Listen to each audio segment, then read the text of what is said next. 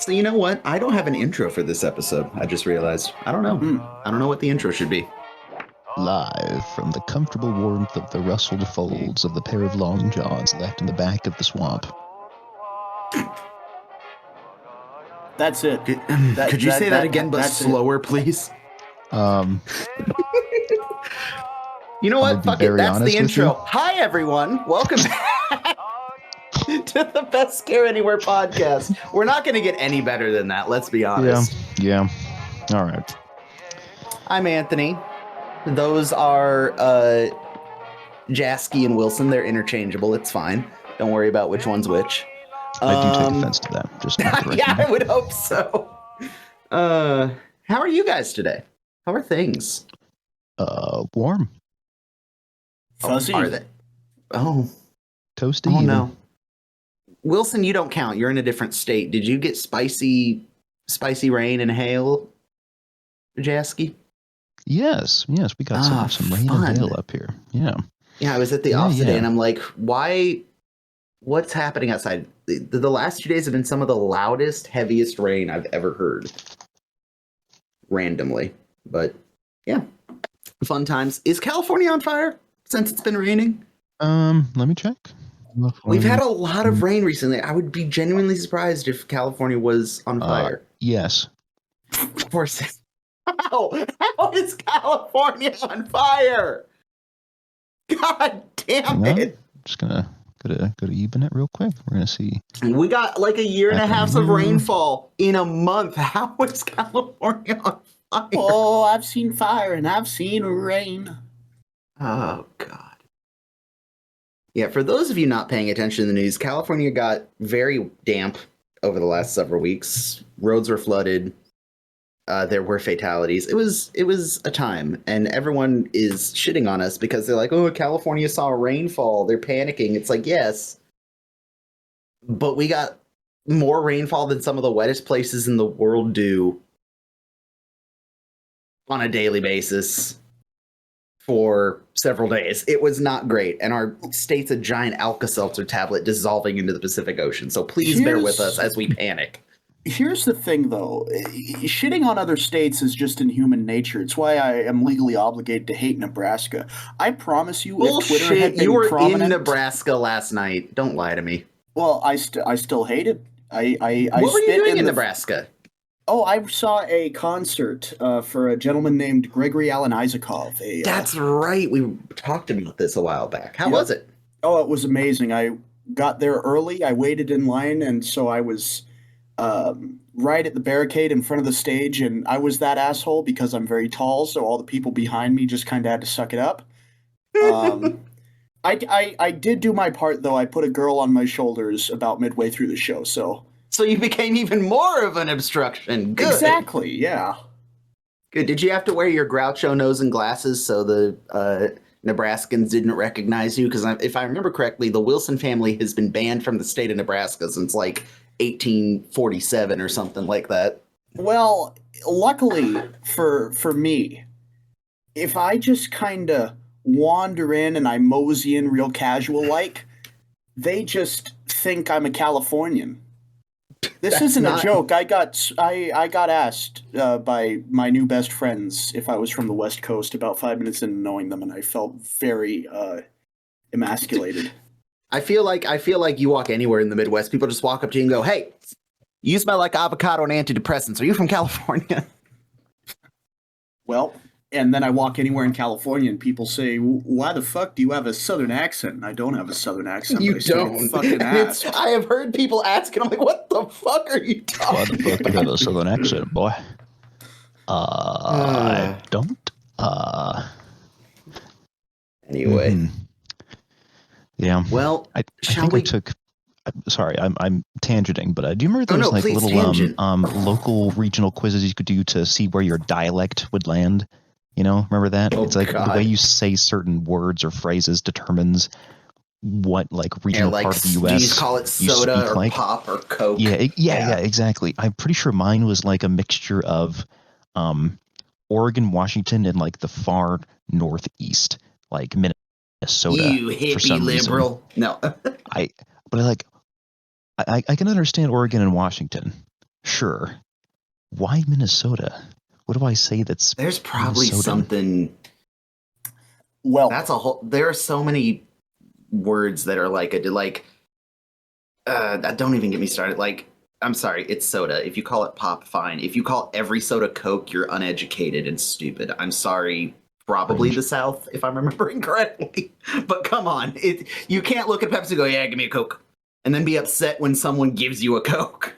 Yeah, like, how do those people live, like, outside Words of their have tiny meaning. bubble of influence? Like, if you go anywhere else and you ask for Coke, you're going to be handed a Coca-Cola beverage. Not whatever you think you're asking for. But anyway. Anyway, shall we get on with it? absolutely. Now that we've offended anyone who calls soda Coke. Oh, yeah, sorry. I'm not, but I Don't will be say sorry. We don't care. Let's be honest. If your feelings are hurt, good.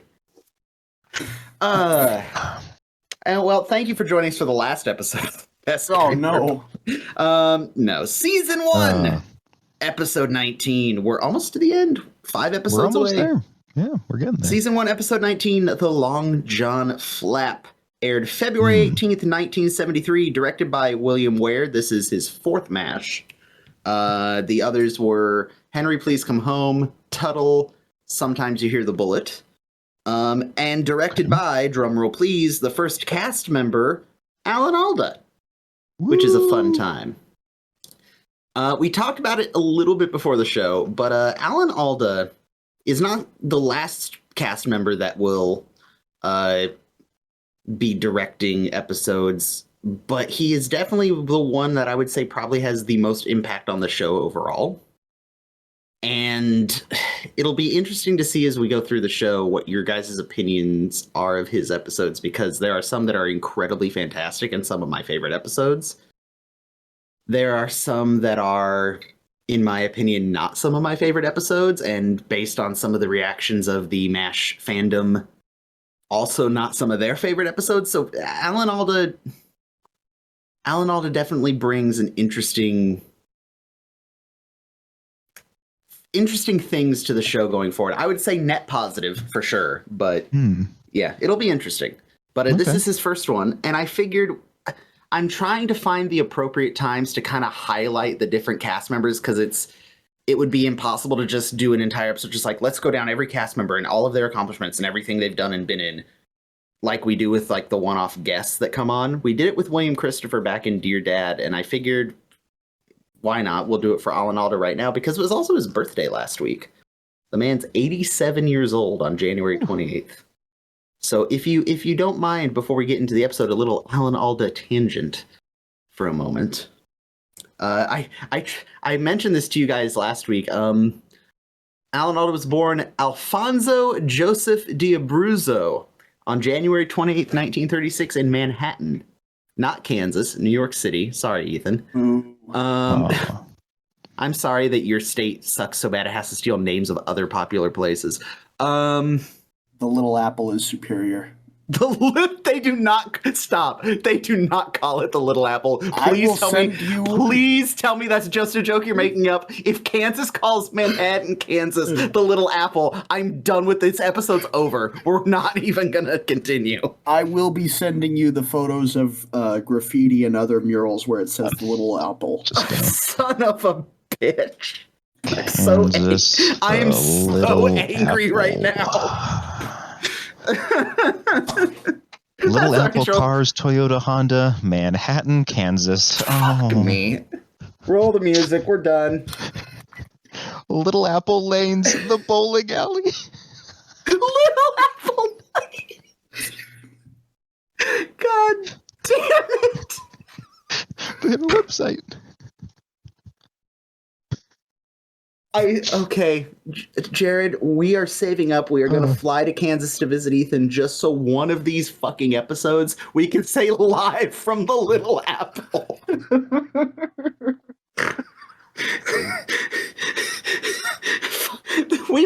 That might be the one and only reason for us to start a Patreon is to fund our trip to Kansas. Fund our trip to just Little for that. Apple. We're not going to visit Toledo, Ohio. We're not going to the MASH set.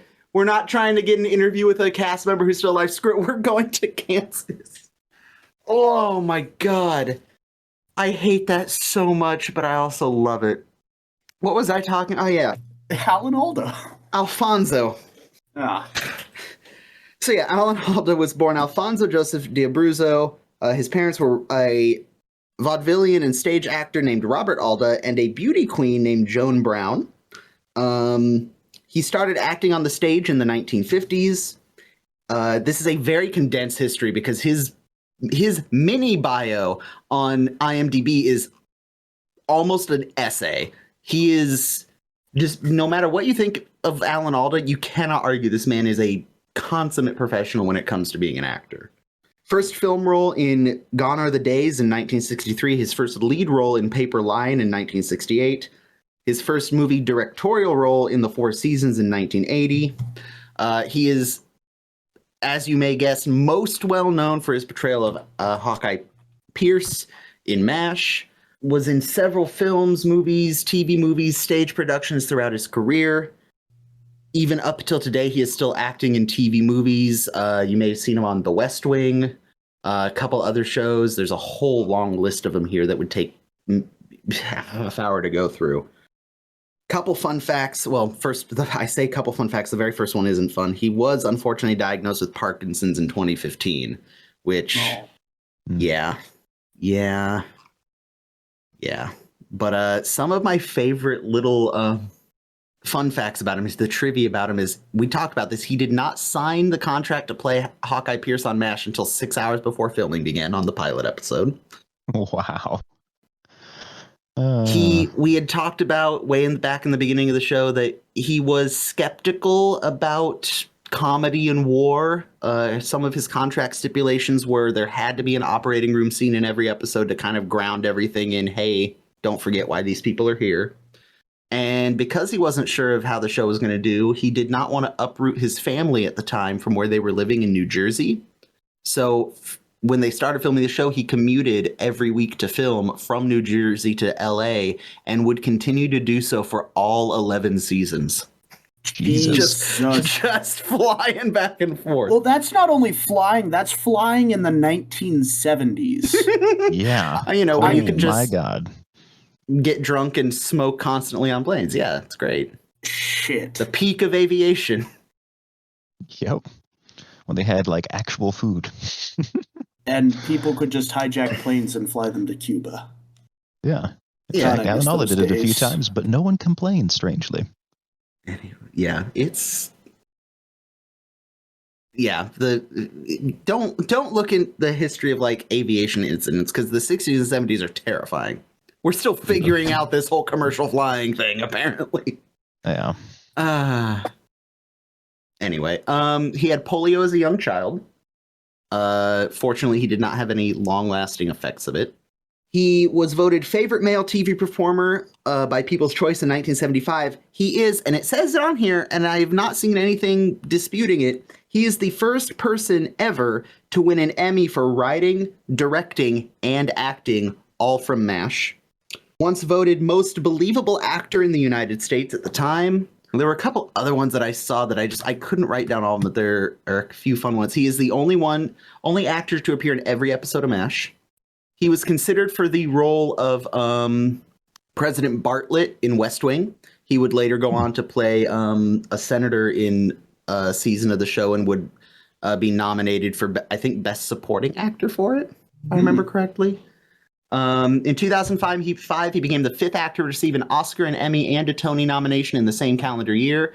Those were the Oscar was for, I think, Supporting Actor of The Aviator, Emmy for Supporting Actor of West Wing, and Tony for his performance in Glengarry Glen Ross on Stage. So there's a whole long list, and I encourage anyone listening to just go look at some of his achievements and some of the little fun facts of what he did. He really looked up to Harry Morgan, who is an actor that we'll see on MASH later in the show's run. Again, no matter what you think of Alan Alda or his character on MASH or his writing or directing or his political views, you can't deny the man is talented and very very dedicated to his craft. So he's been working for a long time in the industry, and I hope for much longer, but time marches on, sadly. So yeah, little bit of fun fact for Alan Alda. Go check out. He has several books. He still has a podcast. Go watch all of Alan Alda's stuff. He's fantastic. I found a couple movies just scrolling through his stuff that I want to watch because they sound interesting, and I haven't seen them, but we'll talk about that later. So yeah, Alan Alda. Who knew? All right, so the episode starts out, and this episode, I will say, because it's written by Alda, and Alda has a very specific sense of humor, as you guys have come to learn, I assume. This episode feels very different. Not very different, but there's something about it that's just in there. We open, and it is freezing in camp. Got the lovely wind.mp3 playing. Wind.mp3, yep. The same wind we're going to hear for the next 11 years anytime there's a storm. It's great. Oh, yeah. All of Hollywood does it then, yeah. Yeah. Henry is attempting to, one, stay warm, and two, dictate a letter to Corporal O'Reilly to Quartermaster Supply in order to try to get the proper winter gear they need, because the last shipment of supplies was, and I quote, mosquito netting and, what was it? Mosquito netting and something. I can't remember. Just basically not the gear they needed. Yeah. Radar is having significant trouble keeping up because he is also slowly freezing to death. Radar. Poor Radar. And something that always struck me about this initial scene, I believe that Henry is cold.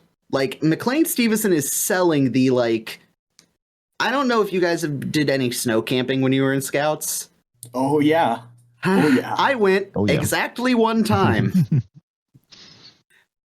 Because snow trips for me before going to the snow were, yeah, let's get in Mom's Grand Caravan. There'll be a thermos of hot chocolate in the back. We're going to go sled until we're wet and cold, get in the warm van, go back home. No one told me we were sleeping in the snow. I was not ready for this. And there's cold, and then there's, oh, this is what it feels like to start sort of losing control of your bodily, like, functions and hand-eye coordination and muscle memory and stuff. Cold. And yeah, I believe that everyone in this episode is freezing near to death. And I don't know how I feel about it. Yeah, I went snow camping with good old troop there. Grover Hot Springs, actually. There was two groups that went. There was the group that was going to camp in the campground near the hot springs for, I believe, 2 nights, and there was the group that was going to go hiking around just along the trail the next day. I was the part of the group that stayed in the campground, naturally, because that meant I got to spend an entire day just chilling in the hot springs. It got very cold at night. And apparently the second group turned their 4-hour hike into a 6-hour plus hike. Oh no! Because there were some misdirections apparently. They did not have a fun time, to put it shortly. Hi, Eagle Scout Anthony, Jared, and Ethan here to talk to you about turnaround times. A turnaround time. Also, hi, anyone from Camp Winton who went to Mocha Alumni Peak, listen up. A turnaround time is you have a destination. What? Turnaround time means at that time. I don't care if you're dying. I don't care if you are within sight of the objective. I don't care if you took a wrong turn. When turnaround time comes, which should be about halfway between the time you got there and the time you want to leave, you turn, wait for it, around. But it's right there. But it's right there. No, it's not. The rain clouds aren't even that close. They aren't even that close. Like the storm, look, okay, hi, I have a phone, and the storm looks like it's going to go around us. It's going to miss us. No, it's not. It never does. It never does. Spoilers, the storm did not miss them. Yeah, we plan to hit the summit about 1 o'clock. phone call in the lodge at 5 p.m. We made it to the summit. Me frantically cooking spaghetti, turn stove off. Yeah, we got time. We don't need to work. This doesn't need to be done. We got time. When did they actually get back? Like 8:30, 9, yeah. The record for when I was there was 1:30 a.m. Yep. Oh, that's right. We were within minutes of calling Amador County Sheriff and being like, we don't think they're hurt, but we don't know where they are. Yeah, I probably if I had heard from them by like midnight, I would have. The only reason we hesitated was because Chaz and Bruce were there, and they're like, "Give it a minute. Just give it a few more minutes. If we come back from checking on stuff and they're not back, we'll do something." All right. Yeah, if Chaz and Bruce were there. Yeah. God bless Chaz and Bruce. Amen. Yeah. Also, backtracking to snow camping. Snow camping is fine. The trick with snow camping is you cannot, if you're going like on an outdoor trip in the middle of summer and you forget something, usually not that big a deal. Like the key things are like water, sunscreen, food. If you've got those 3 things and like basic equipment, you're probably fine. Snow camping, you miss 1 or 2 pieces of gear, you are completely fucked for the entire time you're in the snow. Like you brought the gas for the stove, right? No, you were bringing that. Oh, you brought neoprene gloves, right? Oh, you brought a change of socks, right? Like any one of these things, you're immediately going to have not a good time. Also, contrary to popular belief, don't sleep above ground if you can in the snow. Dig a snow cave. Snow is surprisingly insulative. Like the coldest it'll get in a snow cave is like what? Mid-30s, low 30s, which is better than the, 10 degrees or 0 degrees that it is outside. If you have a sleeping bag that's rated for 30 degrees, you're golden. It's great. I hope you're not golden. Have I golden snow, kids? Don't eat the golden snow. Yeah, don't do that either. So yeah, we went on a deep tangent. It's cold outside. Yeah, baby, it's cold outside. Baby, it's cold outside. Hawkeye's being kind of a dick. Let's be honest. But also, let's be honest, so would I. Like, I'm sorry, y'all not prepared. I'm wearing long underwear. Why didn't you bring long underwear? Why? I've definitely been this dude on a camping trip. Yeah, Anthony, I'm 90% certain I did that exact dance that Hawkeye's doing in front of a trapper to you when I got the last load of laundry in before the washer broke. Like, I why didn't you do your laundry earlier, idiot? See, I was doing that dance mentally like most of our time in Alaska when, Yeah, these morons. What do you mean? This is all I brought. These morons, you and the people and the friends of ours you guys were all sharing a house with, they decide, hey, you know what's a great idea? Let's just randomly go to Alaska for, 4 days? Was it 4 days? 3 days? I think it was 4 days. 4 days, 3 nights. Yeah. And I think I heard all the key marks of shit you don't do when you just randomly decide to go to Alaska. Not pack any cold gear. One of them did that. One of them didn't. One of them have to go buy like a polar suit. He just got on the plane with t-shirt and jeans and is like, I'm sure it'll be a walk-aroundable temperature. 40 degrees more north latitude. Yeezys and a jacket. He had Yeezys and a jacket. He had Yeezys and a jacket made for like a moderate day in chill LA. Yep. California day. Not Alaska. Oh god. And then November. I get a Snapchat. Hang on. I get a Snapchat picture. And I'm like, oh, they're having fun in Alaska. Wow, that's a really cool like filter you can put on to make a 3D moose look like it's walking around. And then I look, I'm like, man, that's a really good 3D. Oh my god, they're fucking standing 3 feet from a full-grown bull moose. What the fuck are these idiots doing? And I felt the urge of one of those people to touch that moose. I knew it was going through the head, like, please, for the love of fuck, do not touch this moose, or you are going to die. And I could also feel that person's brother going, do not touch that fucking moose. It came through my phone. I think one of the first things we decided as a group was after we got off the plane and we're like, okay, we found this little burger joint that was surprisingly good. Really good. Yeah, it was like really good. It looked a little run down, so it was just like really good. I think after that, one of the first things we decided was that we need to find a moose on our first day. Like that's our first goal. God damn it. So we just go to a park. We just go to like a wildlife park and just start hiking around, just looking for a moose.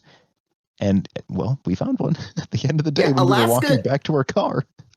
Alaska has moose like California has deer. They're just everywhere. Then we woke up like they're eating out of your trash cans and shit. Like we woke up our second day there and looked out the window at our little Airbnb place, and there was another bull moose walking down Main Street right past the middle school. Just right through traffic. Like, it's just like, yep, that's just what happens. Yep, it's completely normal. Going through the drive-through coffee place, they're giving them sugar cubes and shit. Oh my god, that would be kind of cute though.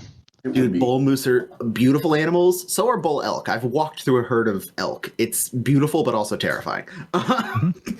It's terrifying once you realize, this animal is 3 times my weight and 2 times my height. What the fuck? Mm-hmm. Yeah. And does not see me as a threat at all. Mm-hmm. But will still kill me. Man, we haven't even gotten 30 seconds of the episode. I'm loving this. So Hawkeye and Trapper are back in the swamp. Hawkeye is brandishing his lovely double knit woolen civilian Longjohns. Trapper is dying. And starting to get a bit of a sniffle. This is interchange Hawkeye as me or Jasky, depending on what day it is. And Trapper is Ethan. Yeah. Yep. Yeah. Yeah. The only difference in this scene is Ethan would sneeze a second time, and I would just leave the room and go sleep somewhere else. Like, yeah, no, you're not getting my long underwear by pity, you moron. So yeah, Hawkeye and Trapper are freezing. Hawkeye is, again, flaunting his long underwear, but also they're his. He doesn't have to give them to anyone. He shouldn't have to feel bad, but Trapper tugs at his heartstrings / annoys him enough that Hawkeye gives up the long underwear. Trapper is mean for coercing his friend into giving them to him. Hawkeye is dumb for giving them to him. Can we all agree on that? Yes. All right, good. Yeah. Everything that's about to happen is arguably Trapper's fault, but also arguably Hawkeye's fault. Yeah, if he just never let go of the Long Johns, none of this would have happened. Yeah. This is also an episode that doesn't exist if Amazon exists. It doesn't take seven. Yep. It takes 7 months to get anything from the United States to Korea. You know how we used to have idiot plots? You know, a show or a movie could just be made 5 minutes if everyone wasn't an idiot. Well, now we have Amazon plots. Yeah, like half the plots of Seinfeld and Friends don't matter because cell phones exist now. Yeah. Yeah. Mm-hmm. Anyway, so Hawkeye gives up the Long Johns. We immediately transition to a poker game between Hawkeye, Trapper, a wounded GI, and Radar. Now, we've played poker together. I've played poker not with you guys. And this is something that constantly happens on the show. Everyone bets, Soldier folds, Hawkeye folds, Radar's in for 20. Trapper is in because he thinks he can beat Radar, but he doesn't have $20. So he barters the Long Johns. Now, every time I've played poker, if you run out of money, but you still want to bet, you're all in. There's no I've never played poker where it's like, hey, the bet's $20. Do you have $20? No, then fold. It's no, I don't. I'm all in and I'm riding this out to the end. Is that just different rules? So when you go all in, you're supposed to do, the main pot and the side pot. So the guy, when he goes all in, if he only has $10 instead of 20, he can't win more than he's betting. But when Mm-hmm. you're inebriated on bathtub gin, that becomes a lot of math to do. So goods and services can sometimes be exchanged when you're lazy. But yes, you are absolutely correct in your assessment. All my poker players out there, I know I'm not wording that as eloquently or as correctly as I should, but you know what I mean. Okay. Money can be exchanged for goods and services. Yes, Allegedly. and goods and services can apparently stand in for money. Who knew? Yeah, vice versa. So he immediately loses the Long Johns to Radar. Well, yeah, because they assume Immediately. Radar has nothing, because Radar has a terrible poker face, because he doesn't know how poker works, which is honestly more dangerous than someone who does have a poker face and does know how poker works. Yeah, so he bets the Long Johns, and I'm sorry, as if this was me and Ethan or me and anyone else, and you are borrowing my Long Johns, and you say, "Hey, I'm gonna bet you these Long Johns," I'm immediately slapping you and being like, "Nope, he's not. He folds." Like, no, I'm sorry, you are not betting my Long Johns, because now you owe me Long Johns. I love Radar. So Trapper wins initially, and then Radar. If Radar had said nothing, it's like, "Oh, what'd you have, Radar? Two pair. Oh yeah, what two? 2 red 10s and 2 black 10s." And to be fair, to be nice to Hawkeye and Trapper, they acknowledge that no, Radar won. They could have easily been like, "Oh, okay," and cheated Radar, but they're honest. Mm-hmm. They're very honest. What does Hawkeye say at the very end? "You lost my beautiful double weave, semi-woolen, sensuously soft Long Johns to an astigmatic missing link with 4 10s. Aw. That should have been my intro for this episode. It should have been. I forgot to write it down. Put your the underwear where your Aztecs. mouth is. Yeah. See, I almost thought about using that, but then I would have called one of you the enigmatic missing link with 4 10s, but then I probably would have had to call the other one of you a hermaphroditic weasel, and I didn't know how I felt about that. Yeah, good choice. Yeah. So Hawkeye is wondering who took his girl in the chow line, because she leaves him standing in chow line. And she's sitting with Radar now, who has a mysterious package with him. The package is the Long Johns, and he's just bribing nurses to spend time with him by letting them touch it. Oh boy. I mean, if it's stupid but it works, I guess I can't complain. Exactly. Yeah, I got nothing more to say about Radar's dating tactics for the time being. Yep, it's something. Radar does have a weakness, though. He goes to see the cook to get more pie, lets the cook touch the Long Johns, to which Hawkeye is fairly concerned that it's just going to be a pile of lint at some point. And now, my question is, why does the cook in the mess tent of a MASH unit on a random day of the evening have an entire roast leg of lamb on a bed of pearl onions and potatoes with mint jelly? Where did that come from? And more importantly, who did they screw out of the lamb leg? For like someone who didn't work in the general was kitchen. expecting that and just What general's expecting that lamb leg? Did you forget about the Olive Garden? Oh, yeah, the Olive Garden. For the uninitiated, that is the loose term applied to the kitchen staff who would take all of the good stuff for themselves and eat in the back room like royalty. Only at Olive Garden. Why did if you're a former kitchen staff member of Camp Winton listening, I love all of you, but every year something about the kitchen was just wild. You had chicken masks and blowtorches making milkshakes at 2 a.m. You had the Olive Garden. You had someone the illicit making relationships. The illicit. Well, that's camp. You had someone putting Monster Energy drink in the mac and cheese. Like, it was... There was Muscle Kitchen. That was a whole story arc for a year. Muscle Kitchen! Yep. Oh, Yep. no. And then there was God. there was 2019 Kitchen, which was interesting. It was an interesting year. Yeah. Anyway, speaking of the kitchen, so Radar exchanges the leg of lamb, which isn't... okay. There are going to be several touch points as we go through the show that I need you to remember for future episodes. Focus. Radar eats an entire leg of lamb. And he covets the leg of lamb. Yes. Remember this. This is important. Okay. It's a surprise tool that'll help us later. Okay, he really likes the leg of lamb. All right. Really enjoys specifically consuming the flesh of lamb. Remember this. Okay.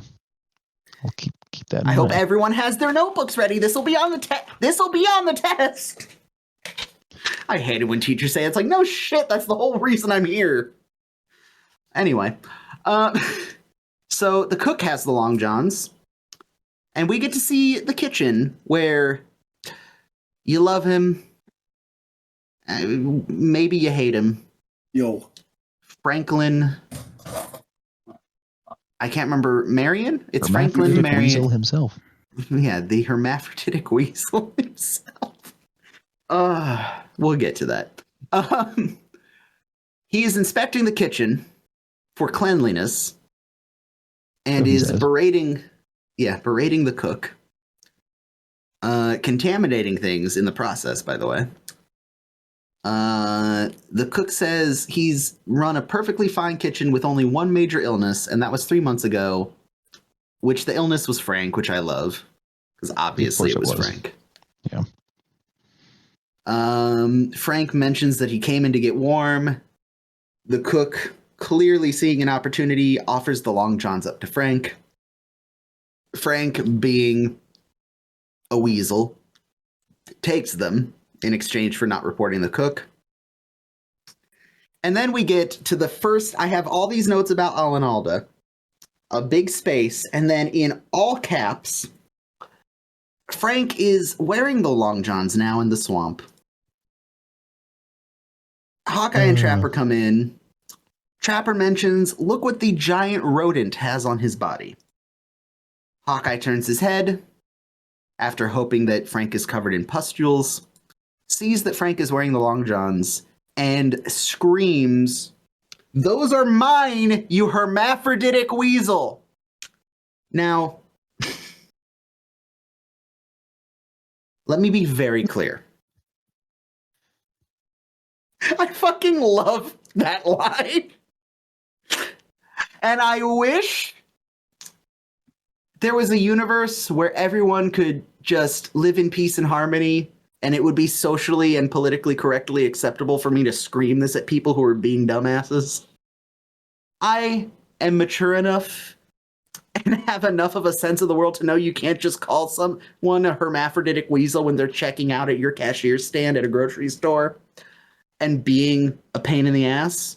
But I do feel like I need to live my truth a little and say, I love Alan Alda screaming at Larry Linville that he's a hermaphroditic weasel. As problematic as that may be, judge me all you want, but I love it. How did Larry Linville not bust out laughing during that scene? I don't know. I have no clue. And Frank immediately starts defending himself, like, nope, they're mine, you can't have them. He has a baseball bat for some reason. I just love I love that we're just getting these little vignettes of the Long Johns moving from person to person. It's fun. And it wouldn't be Frank Burns. It wouldn't be Frank without Hot Lips. It wouldn't be Frank without Hot Lips. Yeah. And this is, I don't want to say it's a low point for Margaret. It is still early phase 1 Margaret, where they're sitting in the tent. She's all bundled up because, again, freezing cold. Frank is sitting there comfortably feeding her camembert cheese. He mentions that his wife sent it to him, to which Margaret rolls her eyes and starts berating Frank on, what am I worth to you, Frank? And I love Frank. Oh, Margaret, you're my pearl, my guiding star. let's drop the poetry, Frank. What am I worth to you in cold, hard reality? It's still the alpha build of Margaret. Yeah. What would you give for me? The moon, Margaret, the moon. The moon. That would be a lovely gesture, if you had it. Can't think of anything else? No, I don't think so. How about your wife? I love the alpha version of Margaret, of her trying to get Frank to divorce his wife, is interesting. And I love it. And Frank is just so thick. And I love his responses. Oh, how would that look? The minister lives right up the street. Because it's all about appearance for Frank. You got to be the model person. The model citizen. Yeah. Yeah. But anyway. So she tells Frank that, oh, if you're not going to be, committed to me, maybe we need to rethink our relationship, which of course makes Frank feel insecure. And when Frank is insecure, he makes dumb decisions like giving up the civilian-made woolen double weave, sensuously soft. Instantly. May I give you a pair of civilian long underwear? Which has the same energy as Henry from a few episodes back saying, a double-cammed reel with jeweled escarpment. Ooh. Does it not? Circling back around to the idiot plot thing, just keep in mind that Hawkeye's little line about portable hand warmers is not a joke. A human body is one of the greatest natural heaters ever, and these two are in a relationship. I don't know why. There's an easier way to solve this problem, is what I'm saying. Oh, yeah. And clearly no one at the MASH unit is opposed to that solving of the problem. Hi. Eagle Scouts Anthony, Jared, and Ethan here. Hypothermia is very dangerous, and you should take it seriously, even if you are a teenager in an all-boy youth group making fun of the fact, like, oh, if we get hypothermia, we have to share a sleeping bag. That actually happened on one of our trips. Hiking trip, middle of summer, by the way.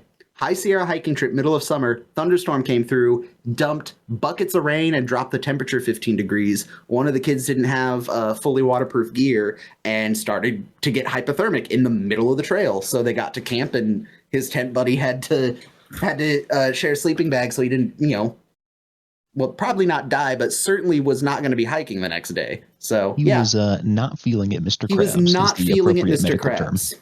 Yeah. Yeah. So, hi, young people of the audience, if there are any young people listening. First of all, if there are any young people listening, hello. Hell yeah. Hello, youth. How do you do, fellow kids? Oh, God. I realize I'm 28. I'm starting to not be able to relate to the youth as much, and I don't know. I'm both glad about that, but also a little bummed out about that. But well, I'll send you some memes from my brother, and that'll just confuse you. Yeah. But anyway, it confuses me. Young people. I don't understand it. Jokes are funny. Jokes are great. Take emergency seriously. So yeah. Anyway, moving on from hypothermia. Enter Klinger.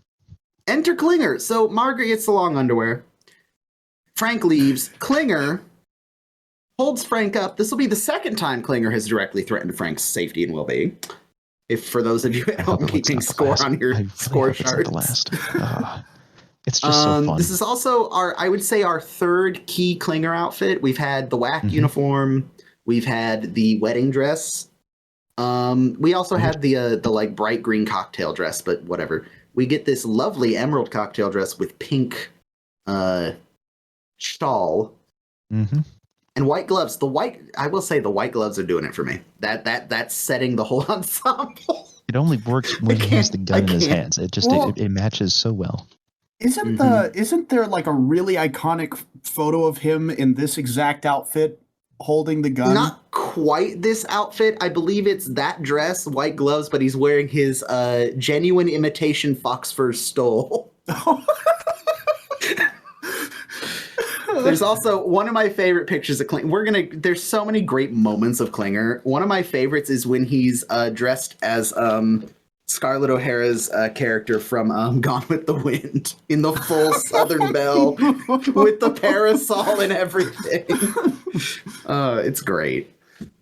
Props to the wardrobe department for the entire run for Clingers. The Clinger collection, as he calls it.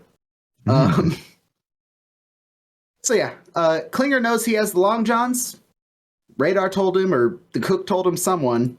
So he's holding Frank up at gunpoint for the Long Johns, to which Frank says, I don't have it. I'm freezing myself. And as soon as he realized that, he's like, oh, sorry, Major. I just really got to have those Long Johns. Frank is so disheveled that he doesn't have time to truly reprimand Klinger and demands that next time he sees him, I demand a shine on those high heels. Which, okay. Margaret isn't even wearing the Long Johns, so honestly, shame on her. Like, this is your own fault, she's Margaret. Just wasting time. Like, hurry up. Well, what is she doing? Trying to like dry shook them and stared at them. Like, what is she doing? Like drying the rodent sweat out of them before she puts them on? Like what? Yeah, I'll tell you what she's doing. I'll tell you exactly what she's doing as someone who lives in the cold and has a coveted pair of Long Johns. There's a time when you know it's going to get you real warm to get in those Long Johns, but it's so cold that you don't want to get even colder than you already are for the 30 seconds, and you just kind of have to sit there and like mentally preparing? Yes. Oh my God.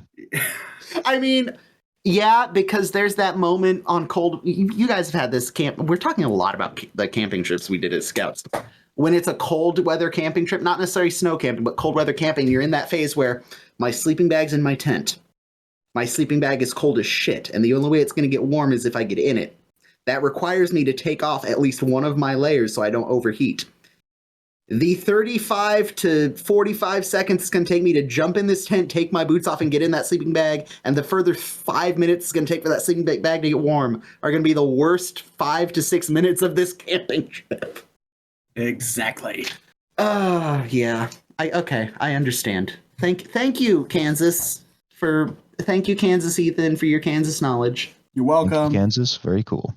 Kansas, I just thought Kansas side of Tumblr, like the science side of Tumblr. Anyway. So Klinger craftily steals the Long Johns, to which Margaret panics. Hawkeye hears her panicking, and unlike previous instances of the show, when Margaret screams, they actually help. Amazing. Man.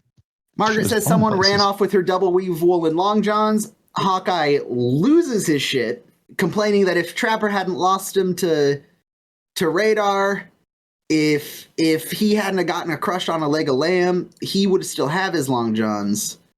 And he says only God knows where they are now, which is there are going to be several great but the transition following it is what makes it. Only God knows where they are now.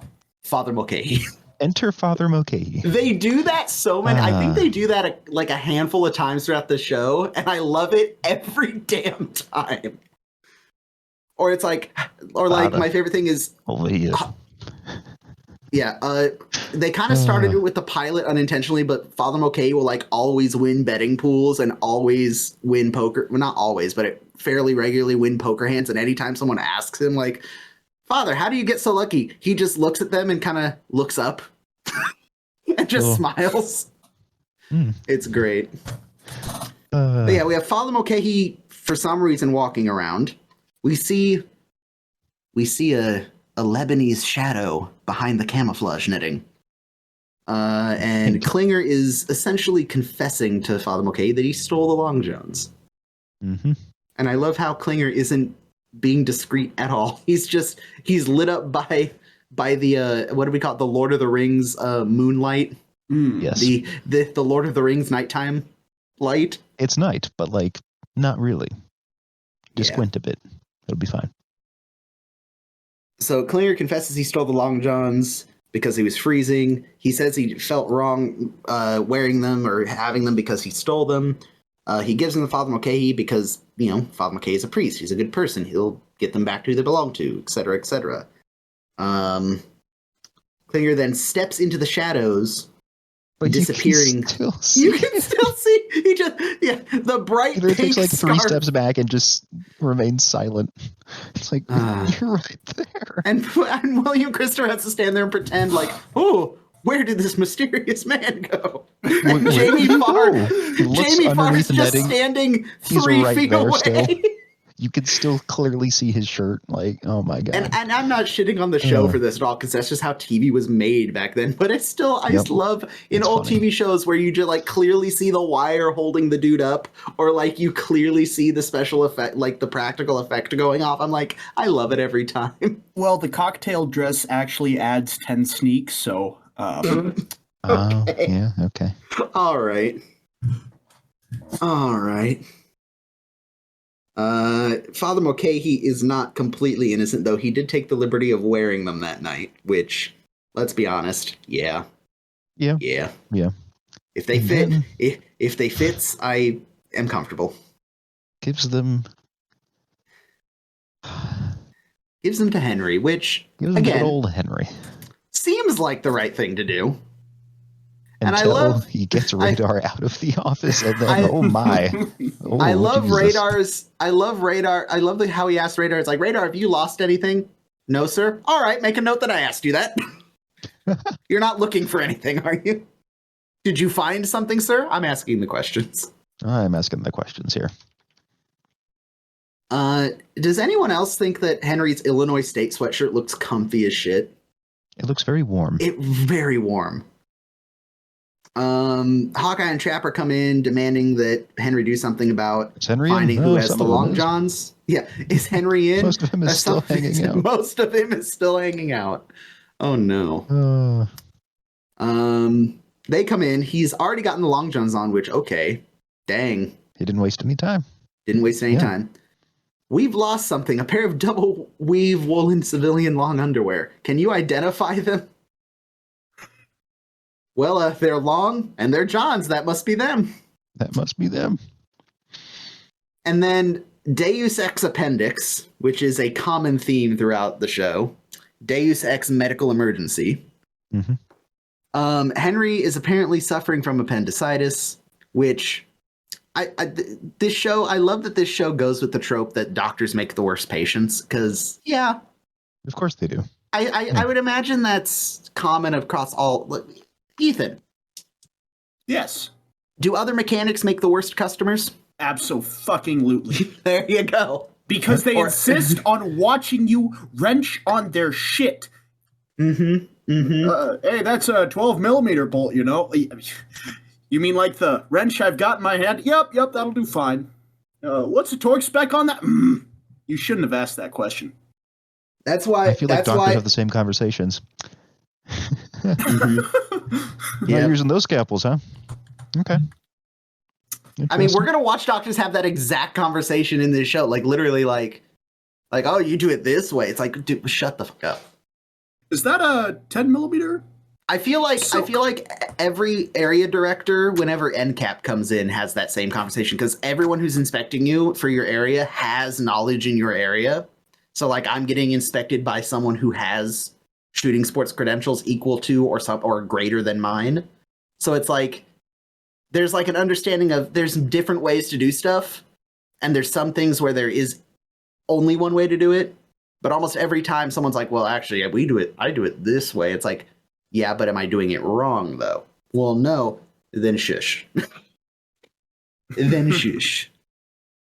But anyway, so they're going to cut Henry open, which they should, because I feel like MASH is one of the few shows where they actually treat an appendix with this seriousness that it does, especially when it's like there's like 4 or 5 instances I can think of where someone's appendix is about to burst or is inflamed and going to burst. I didn't realize when I was younger, a burst appendix is like basically death up until fairly recently in modern medicine. I don't know all the science or anatomy behind it, but I was surprised to learn like how quickly you can go from stomach pain to, oh, you're in sepsis and dying. Well, fucking infections in the stomach, from what very little I understand, just kind of spread like wildfire. It's it is not very good. Yeah. Mm-hmm. Fun fact, one of my favorite stories / books / movies, well, I'll say the book because, again, more detailed plot. The catalyst of one of my favorite books starts with someone's wife getting appendicitis and it not being treated properly, and thus her husband decides, man, I'm really angry at the doctor and the government and everyone about this. I'm going to steal a submarine.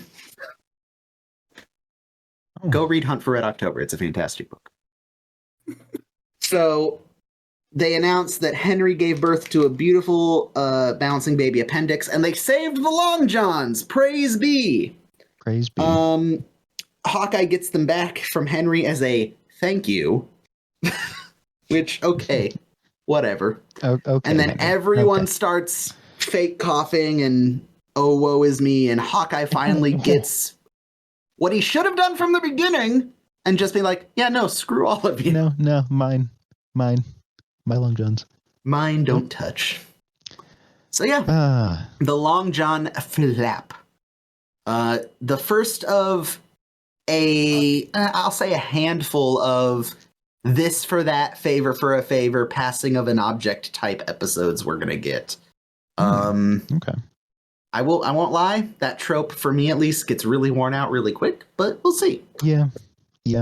There's only so many ways you can do it. But yeah, we'll see how the next one feels. But this one felt pretty fresh to me. Yeah. Mm-hmm. So my question for you is, Hawkeye willingly gave them to Trapper, begrudgingly, but willingly. Willingly. Yeah. Possession is also 9/10 of the law. Yep, this is true. At what point did those stop being legally Hawkeye's Long Johns, or did they not stop being legally Hawkeye's Long Johns? I'd say when he put them up for a bet and Hawkeye kind of just went along with it.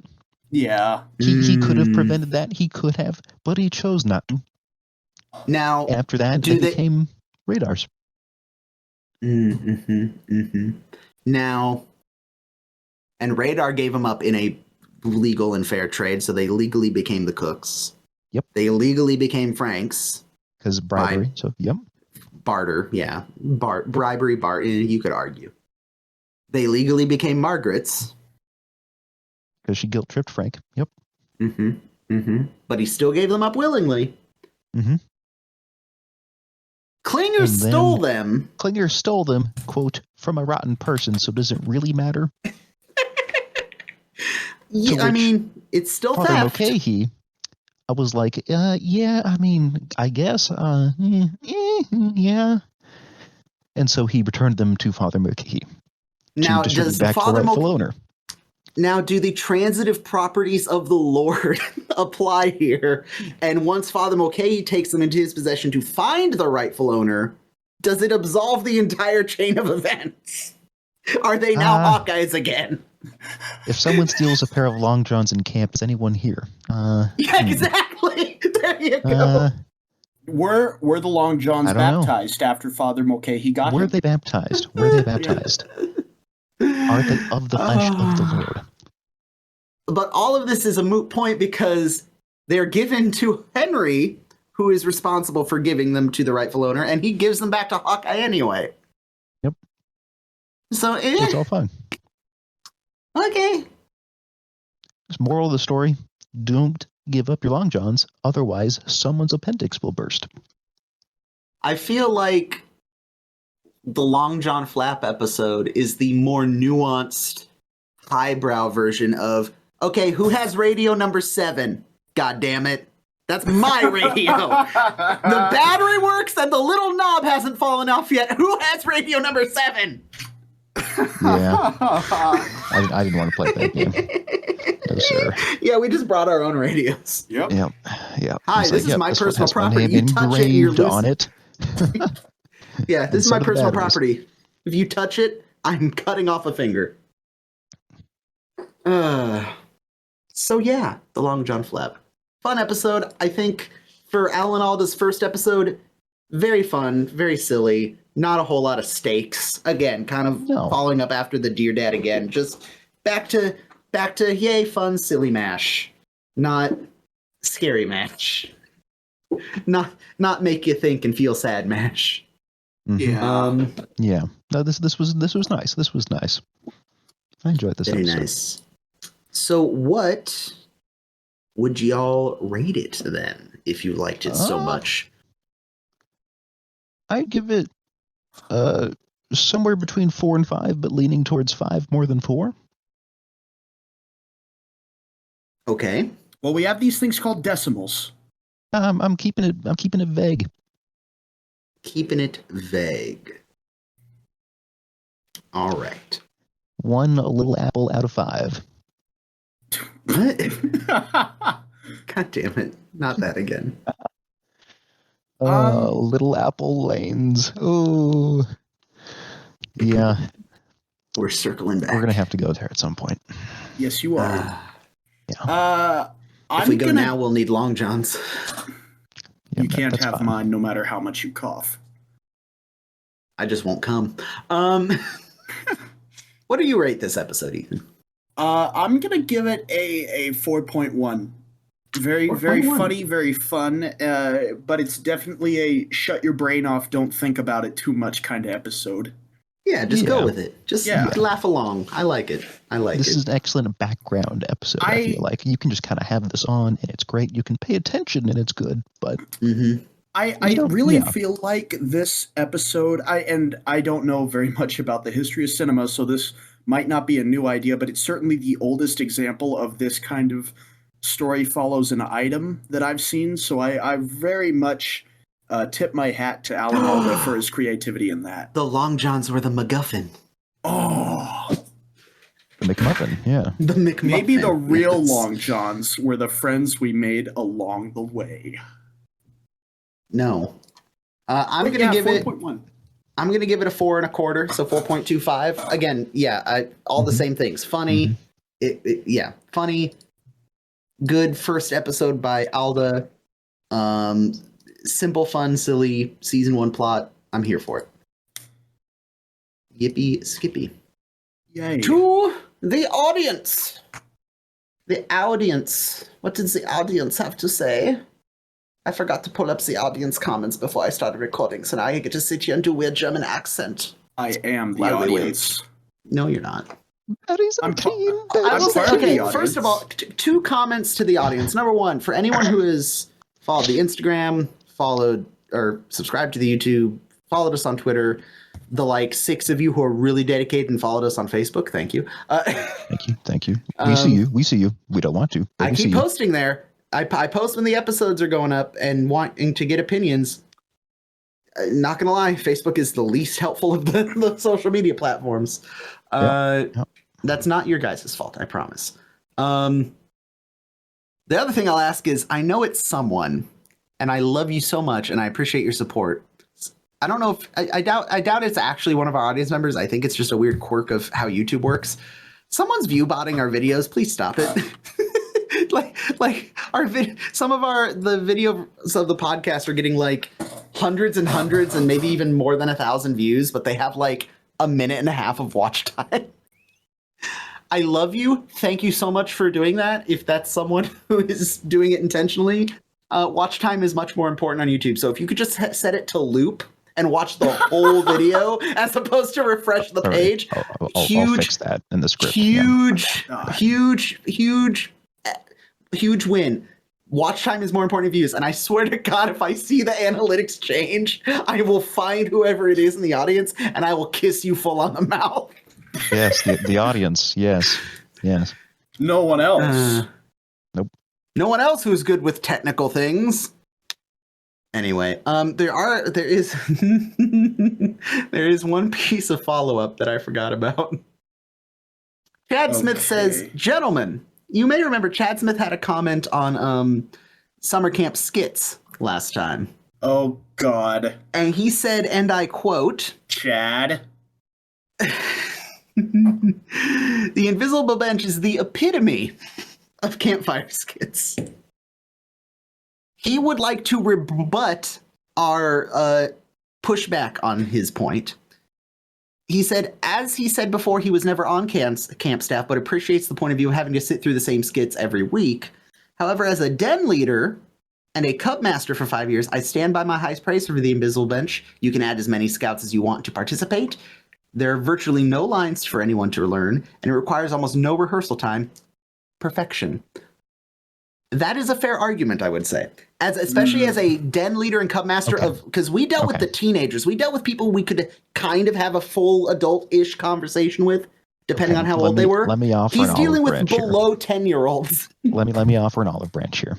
The invisible bench is a well and good appropriate skit for people in the Cub Scouting program. It is well and good. Mm-hmm. I would even go so far as to say first-year scouts. Yeah, young troop. But it better be a really good invisible bench because you've done it 5 years in Cub Scouts. It is an expected skit. Preferred with some spice, maybe. Change maybe one thing, maybe, please. But, it's expected. That's fine. It's when we got like 15, 16, and 17-year-olds doing they're just like, the invisible bench. Again. It's their and they're not year. Really into it. They're doing it again. And it's just, whoa, look at this bench. Wow. Now, I'm going to have to explain. Invisible? Yeah. Oh my God. I'm going to have to explain a camp code word for this. And I know the camp gods are frowning upon me for divulging secrets. Would you rather have A, invisible bench or other such skit that you've seen 1,000 times, or B, a skit where all the staff have to get up and start counting trees?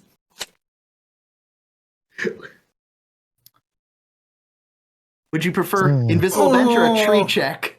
Check. How much was let loose? How far were they allowed to go on before somebody realized they needed a tree check? Like, how much explaining am I going to have to do to the young scouts and their parents? For those of you that don't know, teenagers are very stupid.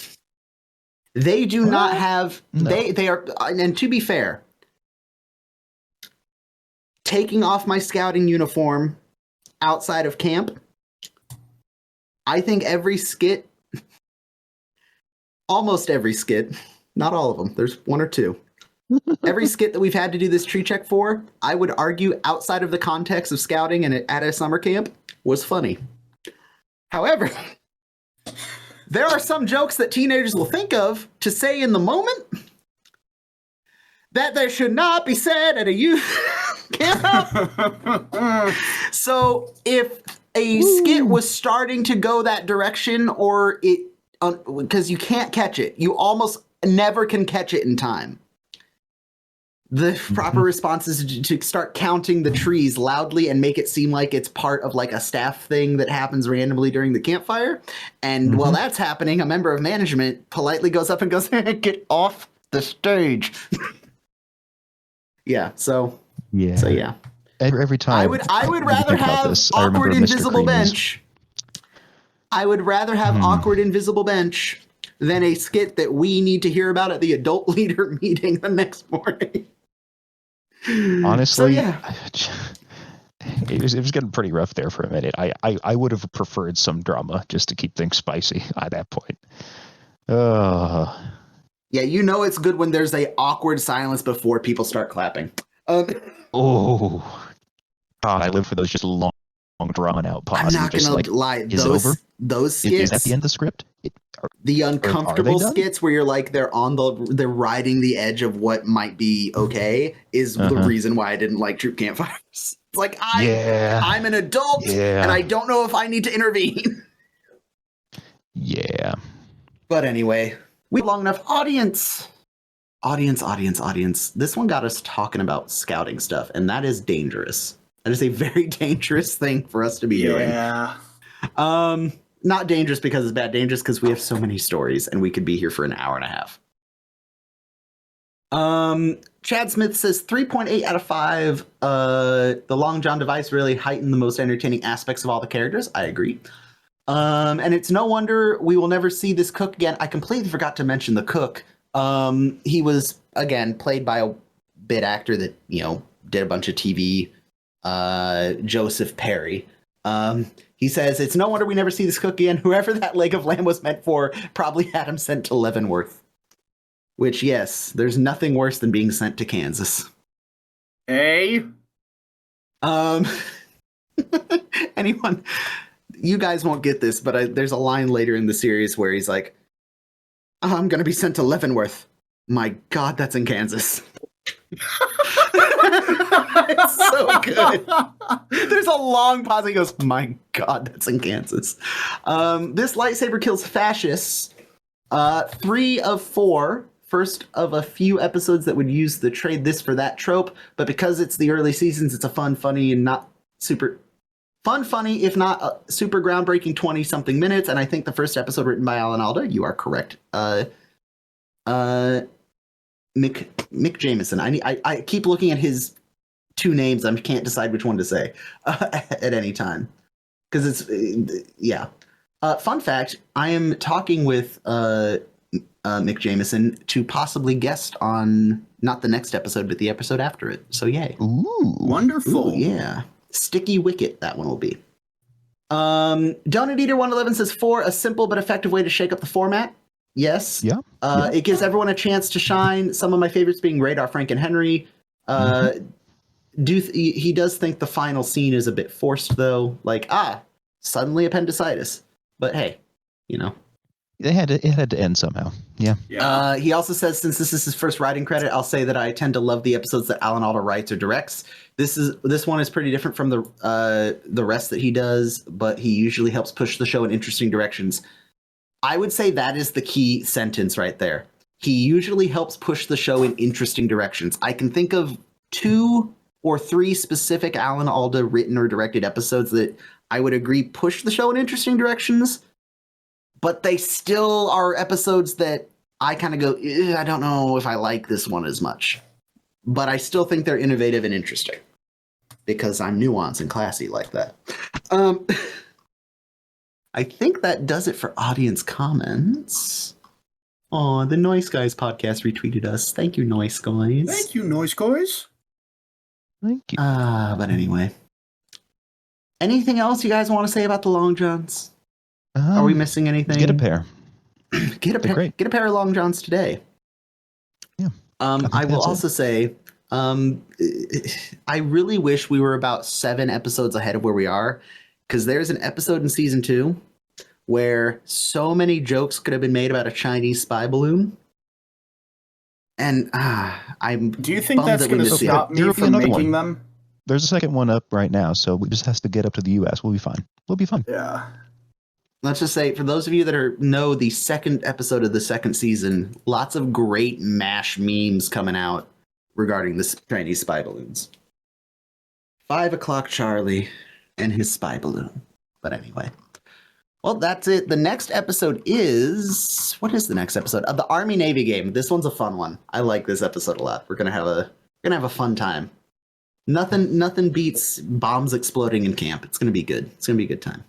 Yeah. And then, like I said, look out for Mick Jameson coming on Sticky Wicket episode after next. So yay. We're almost done with season 1. The end is in sight. How we feeling about that? Great. Aroused. Okay. All right. Nope. And man, you just gotta make it awkward. Yeah. All right. Well, we'll talk to y'all later. Thanks for enjoying the episode, and we'll see you next time. Bye-bye. Buy a pair of Long Johns. The time has come for us to say sayonara. My heart will always be yours for eternity.